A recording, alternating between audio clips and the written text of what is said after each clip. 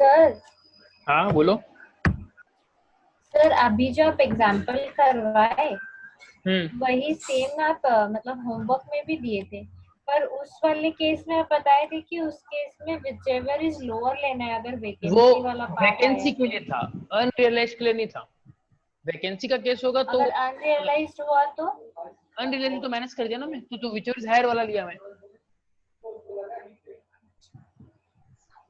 पर एक्चुअल में तो मिला नहीं है ना, वो तो जब मिलेगा तब। अब मैं क्या करूँ, प्रोविजन ही ऐसा है, प्रोविजन खाली इतना बोल रहा है कि आप एक्चुअल रेंट रिसीवेबल वाले पार्ट में उसको नहीं कंपेयर करोगे और फिर वो निकालोगे। देखो ना यहाँ पर हम क्या दिक्कत है।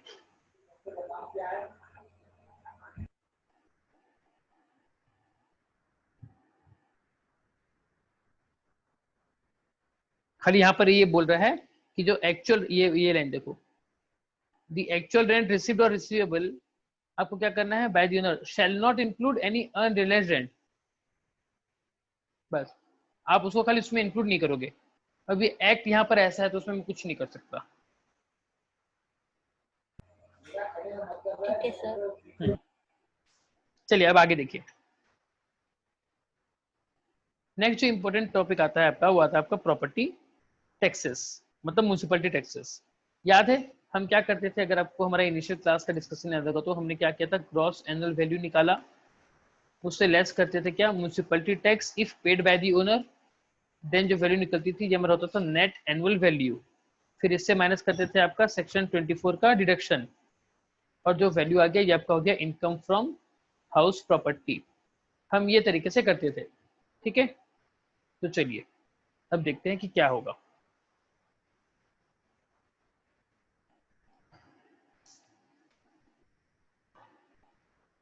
मैंने आपको इसका पीडीएफ भेज दिया था, आपको मिल गया होगा, तो आप उसी से अपना रेफर कर लीजिएगा, नोट्स लिख लीजिएगा, ठीक है। अब देखिए प्रॉपर्टी टैक्स क्या बोल रहा है ये। Property tax are allowable as deduction from the GAV. आपका जो ग्रॉस एनुअल वैल्यू निकलेगा उससे हम माइनस कर देंगे आपके प्रॉपर्टी टैक्स को। लेकिन दो कंडीशन होनी चाहिए। क्या condition, it should be borne by the SSC, मतलब ओनर अपनी जेब से पैसा पे करेगा तो ही उसको जीएवी से माइनस करने देंगे। एंड दूसरा क्या है, it should have been actually paid during the previous year. ये दोनों होना चाहिए। मतलब इसका मतलब ये निकल के आ रहा है कि अगर टेनेंट ने अगर पैसा दिया म्यूनिसिपैलिटी टैक्स का, तो भी यह आपको उसका डिडक्शन नहीं मिलेगा।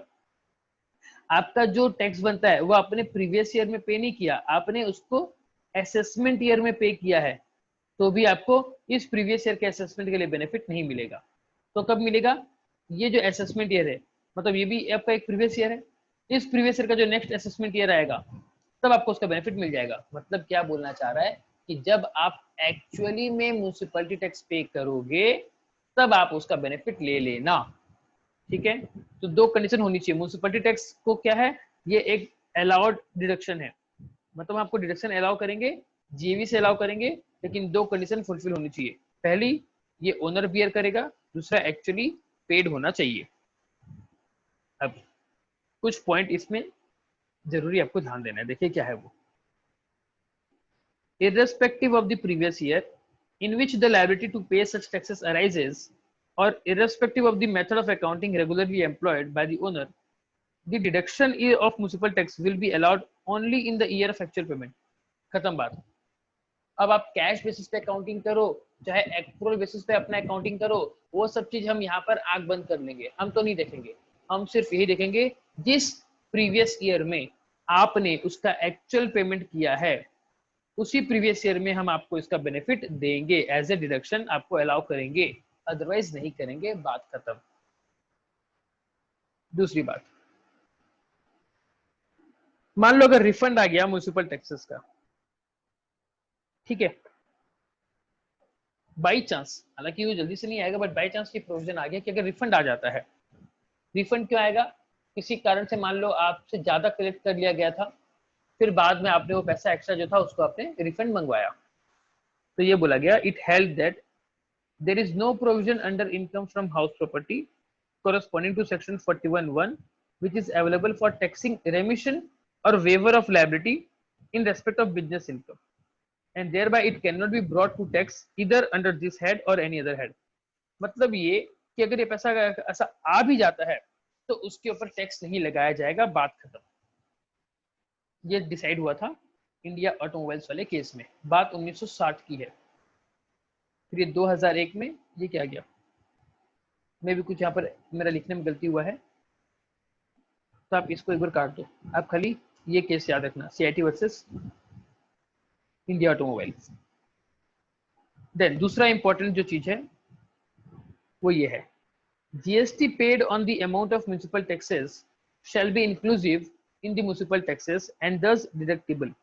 मतलब ये कि मान लो म्यूनिसिपलिटी टैक्सेस आपका होता है 1000 रुपया, गवर्नमेंट उसके ऊपर GST लिया 180 रुपया, आपकी जब से टोटल कितना गया 1180 रुपया, तो ये 1180 रुपया का आपको डिडक्शन मिलेगा।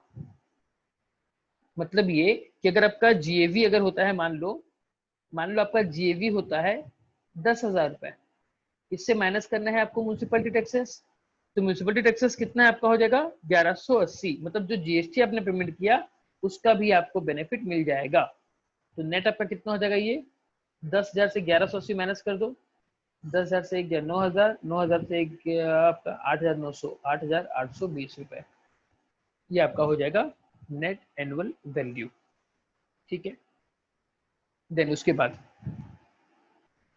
In case of property situated outside India, भैया हमारा जो प्रॉपर्टी है वो इंडिया के बाहर है और वहां की जो अथॉरिटी है वो उसके ऊपर टैक्सेस लेवी करती है, तो ये बोला गया कि जिस देश की अथॉरिटी, लोकल अथॉरिटी जो टैक्स लेवी करेगी वो आपका बेनिफिट मिल जाएगा, इज डिडक्टेबल। ये डिसाइड हुआ था commissioner of income tax versus R Venugopala Reddiar 1965, Madras में हुआ था ये।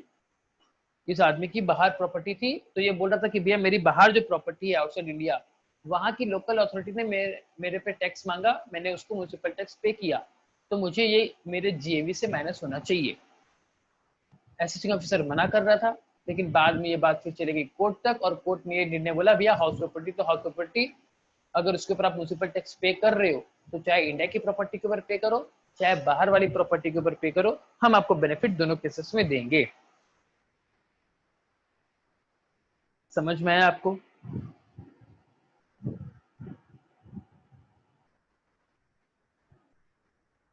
ये एक क्वेश्चन आप लोग जरा देखिए,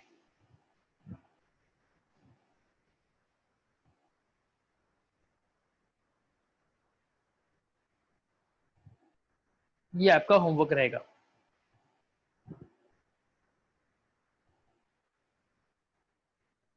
ओके,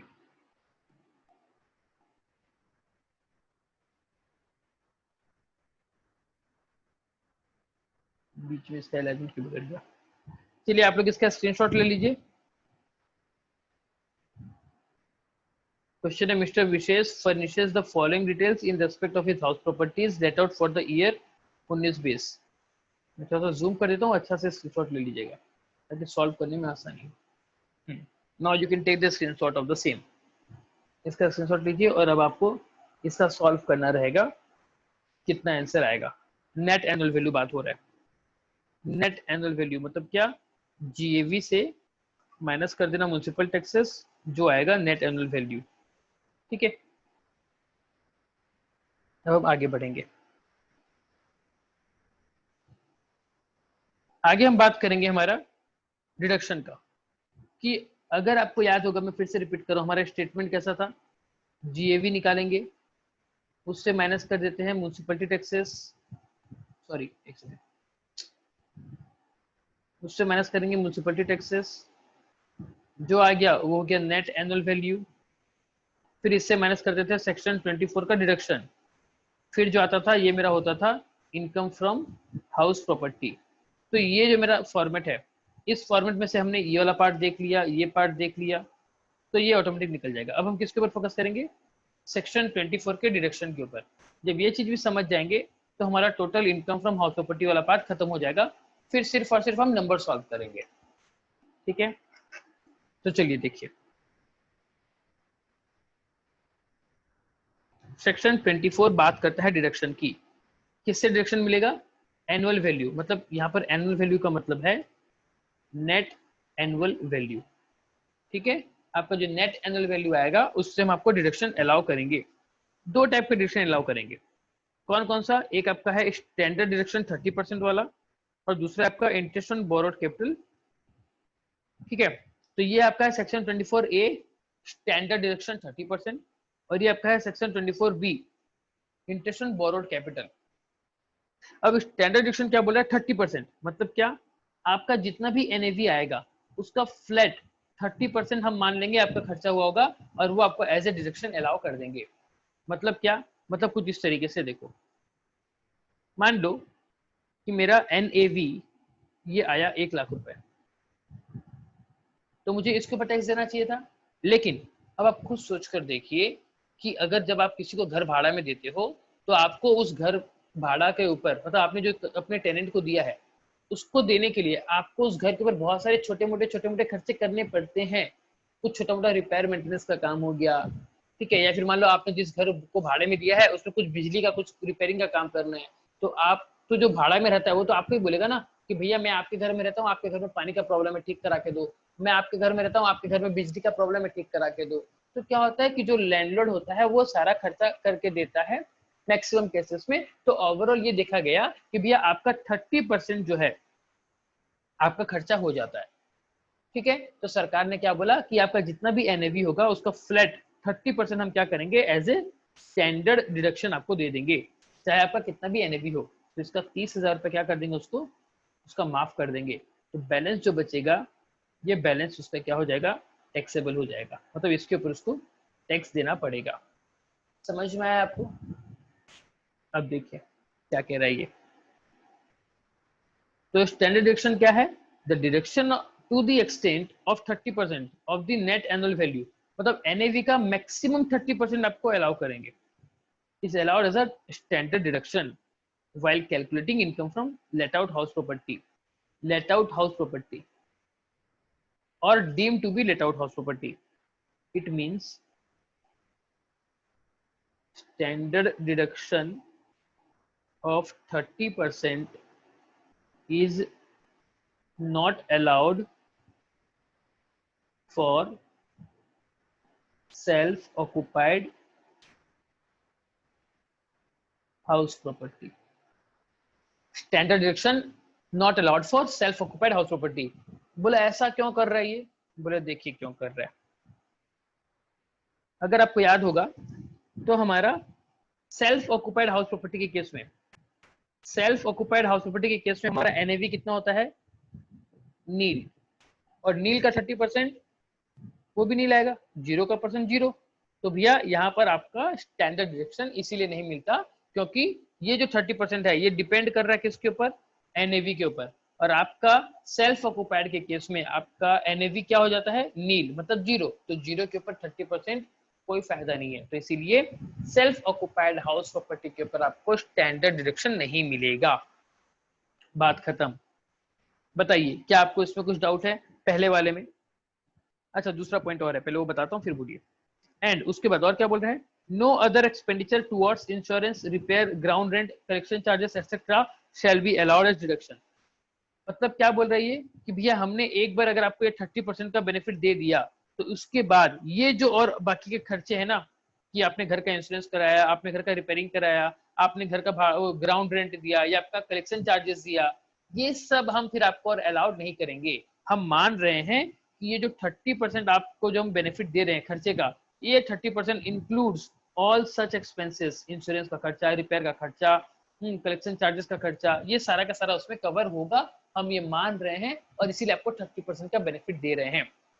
नहीं तो क्या होता, आप फिर बोलते कि सर हमारा NAV हो गया मान लो 10,000 रुपए, इसमें से हमने सॉरी 1,00,000 रुपए, इसमें से हमने 30% दे दिया स्टैंडर्ड डिडक्शन। फिर मैं बोलूंगा कि सर मैं तो घर भाड़े में दे रखा हूँ, पूरी कॉलोनी में भाड़े में दे रखा हूँ, और जो रेंट का पैसा है जब मैं लेने जाता हूँ तो मैं नहीं लेने जाता, मैं उसके लिए एक एम्प्लॉय रखा हूँ, वो एम्प्लॉय जाता है घर घर और वहां से पैसे मांग के लेके आता है, और उस एम्प्लॉय का जो कलेक्शन चार्जेस है, मतलब एज ए जो उसका सैलरी है, उसको सैलरी में देता हूँ 60,000 रुपए। आप ऐसे बोल सकते हो, ठीक है, एज ए लैंडलॉर्ड अपना टैक्स बचाने के लिए। तो बैलेंस क्या हो जाएगा, सिर्फ 10,000। तो भैया 10,000 आपका हाउस प्रॉपर्टी का इनकम हुआ, इसके ऊपर टैक्स लगा दो। सरकार बोलती है ऐसे नहीं चलेगा, हम जो ये 30% लेकर आए हैं ना, ये हमने क्या किया, हमने बहुत सारे लोगों का डेटा लिया, इकट्ठा किया जो हाउस प्रॉपर्टी से इनकम कमाते हैं, और उनका डेटा जब हमने एनालाइज किया तब हमको ये पता चला अगर वो सारे अगर हम खर्चे मिला भी दें तब भी मैक्सिमम 30% आपका एनएवी का उसका होता है, मैक्सिमम। तो इसीलिए हम आपको एज ए स्टैंडर्ड 30% का डिडक्शन दे रहे हैं, ये ले लेना। लेकिन ये लेने के बाद ये सब और चिंदी मिंदी खर्चा आपको हम अलाउड नहीं करेंगे। बात बहुत ही सिंपल सी है।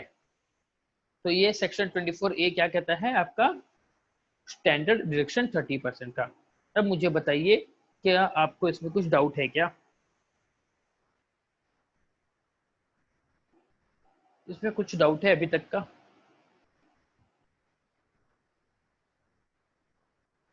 प्लीज बताइए, फटाफट अपने आप को अनम्यूट करो, बोलो हाँ या ना, कुछ तो बोलो। No no no no no sir. No sir. Okay fine.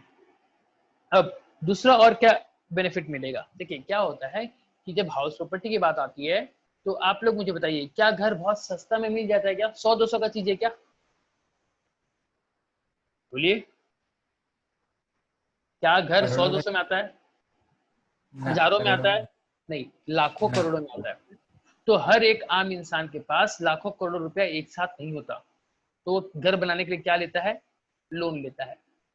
तो अगर वो घर बनाने के लिए लोन लिया तो उस लोन के ऊपर उसको क्या देना पड़ेगा? उसको इंटरेस्ट भी देना पड़ेगा, ब्याज चुकाना पड़ेगा। तो सरकार बोलती है कि अगर आप इंटरेस्ट में अगर घर लेते हो, लोन लेकर घर बनाते हो, तो उसके ऊपर जो इंटरेस्ट वाला कंपोनेंट है, जितना आपने ब्याज दिया उस ब्याज का भी हम आपको डिडक्शन दे देंगे। लेकिन कुछ कंडीशंस हैं कि आप घर नया खरीदने के लिए लोन लिए हो या घर को रिपेयरिंग करने के लिए लिए हो, क्या घर आपका खुद का है या घर आपका भाड़े का है, ये कुछ सिचुएशंस में हम आपको अलग अलग बेनिफिट देंगे। तो क्या है वो बेनिफिट, ध्यान से देखना। ये टॉपिक देखने के बाद हमारा हाउस प्रॉपर्टी वाला चैप्टर पूरा खत्म हो जाएगा। कल की क्लास में सिर्फ और सिर्फ नंबर सॉल्व करेंगे और ये टॉपिक पूरी तरीके से कंप्लीट हो जाएगा हमारा। देखिए एक एक करके मैं डिस्कस कर रहा हूं और फिर लास्ट में आपका डाउट लूंगा मैं। देखिए क्या कह रहा है ये। दूसरा डिडक्शन क्या मिलेगा सेक्शन 24B का, इंटरेस्ट ऑन बोरोड कैपिटल। अगर आपने बोरो किया है घर बनाने के लिए कैपिटल, तो उसके ऊपर जो भी इंटरेस्ट दोगे उसका हम आपको अलाउ कर देंगे डिडक्शन। क्या है ये देखो, interest payable on loans borrowed for the purpose of acquisition, घर को एक्वायर करने के लिए, मतलब बना बनाया खरीदने के लिए, या फिर कंस्ट्रक्शन करने के लिए, या फिर रिपेयर करने के लिए, या फिर रिन्यू करने के लिए, या फिर रिकंस्ट्रक्शन करने के लिए अगर आप पैसा लेते हो तो उसके ऊपर उस लोन का जो इंटरेस्ट होगा वो आप can be claimed as deduction. तो आप उसका क्लेम कर सकते हो एज ए डिडक्शन। बताइए क्या आपको ये पॉइंट समझ में आया? फटाफट बताइए, क्या आपको ये लाइन समझ में आई? ये क्या बोलना चाह रहा है?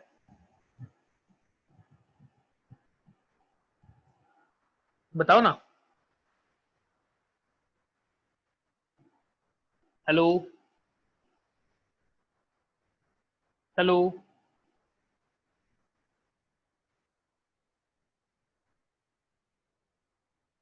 कोई भी कुछ बोल नहीं रहा है। समझ में आ गया। हेलो हेलो, हाँ समझ में। Thank you so much. Next,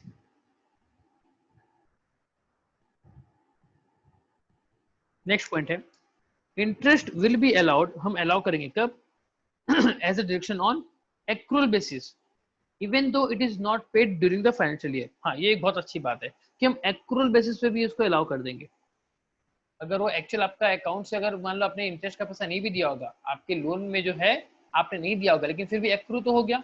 and क्योंकि यहाँ पर बैंक भी इन्वॉल्व हो जा रहा है ना, तो हम क्या करते हैं यहाँ पर उसको एक्रूअल बेसिस पे अलाउ कर देते हैं, जो कि अच्छी बात है। लेकिन म्यूनिसिपल टैक्सेस जो है ये सिर्फ और सिर्फ एक्चुअल बेसिस पे अलाउ करेंगे, इसको एक्रूअल बेसिस पे अलाउ नहीं करेंगे। ये सिर्फ और सिर्फ एक्चुअल बेसिस पे होगा। ध्यान रखना, यहाँ पर बच्चे गलती कर बैठते हैं एग्जाम में, क्योंकि यहाँ पर म्यूनिसिपलिटी टैक्स क्या है? एक्चुअल बेसिस पे अलाउड होगा, और ये इंटरेस्ट क्या है? एक्रूअल बेसिस पे भी अलाउड होगा।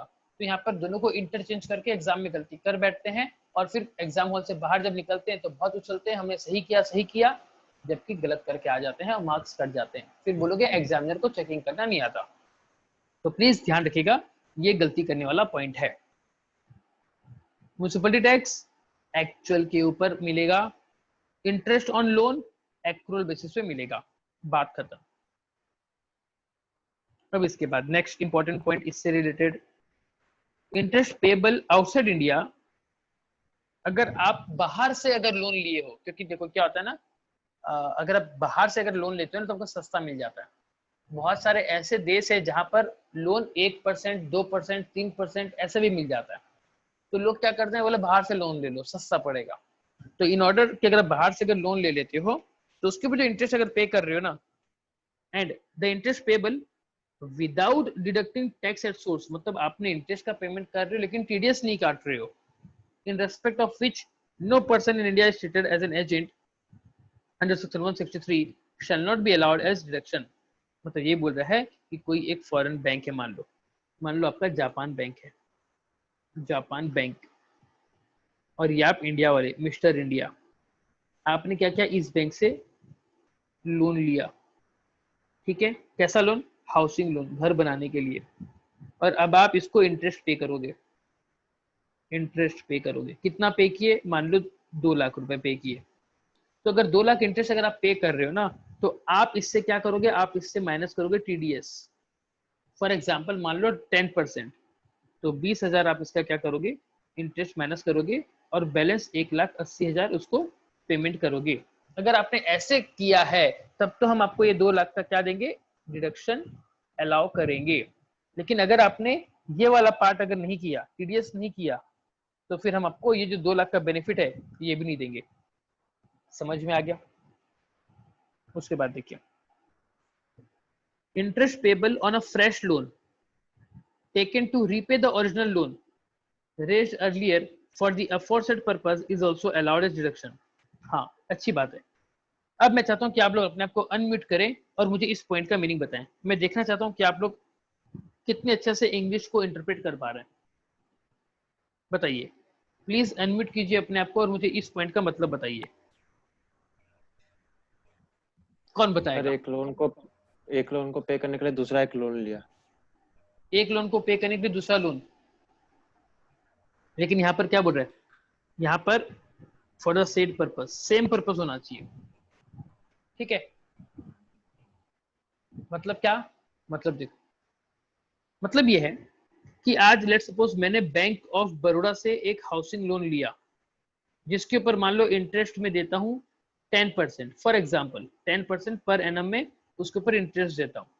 अब कल चल के कुछ एक ऑफर आया जहां पर LIC कहता है कि भैया मैं आपको हाउसिंग लोन दूंगा सिर्फ 7% में। तो मैं क्या बोल रहा हूँ कि भैया बैंक ऑफ बड़ौदा से अगर मैं कंटिन्यू करूँ तो मुझे फालतू साल का कितना हो गया, 3% एक्स्ट्रा देना पड़ रहा है। और मेरा घर का जो लोन लिया हूँ, मान के चलो वो अगर 1 करोड़ रुपए है, तो साल का मेरा कम से कम 3 लाख रुपया एक्स्ट्रा जा रहा है। तो मैं क्या करता हूँ, मैं इसके लोन को चुकाने के लिए, मैं बैंक ऑफ बड़ौदा के लोन को चुकाने के लिए मैं फिर क्या कर देता हूँ, मैं LIC से लोन ले लेता हूँ और फिर ये सारा पैसा उसको चुकता कर देता हूँ और इसका एक नया लोन स्टार्ट कर लेता हूँ। अब इसका जो नया लोन स्टार्ट कर लिया, इसके ऊपर जो इंटरेस्ट दूंगा, ये इंटरेस्ट भी मेरा अलाउड होगा। हालांकि यहाँ पर मैंने ये लोन घर बनाने के लिए नहीं लिया, लेकिन ये लोन मैंने पुराना लोन चुकता करने के लिए किया है। और पुराना लोन किस बेसिस के लिए लिया गया था, मैंने घर बनाने के लिए। तो ये बोल रहा है कि the interest payable on a fresh loan, मतलब LIC वाला loan, taken to repay the original loan, मतलब बैंक ऑफ बड़ौदा वाला loan, raised earlier for the aforesaid purpose, मतलब बैंक ऑफ बड़ौदा से मैंने जो लिया था वो क्यों लिया था, वो हाउसिंग लोन लिया था, ठीक है, is also allowed as deduction. तो उसका भी हम आपको डिडक्शन अलाउ करेंगे।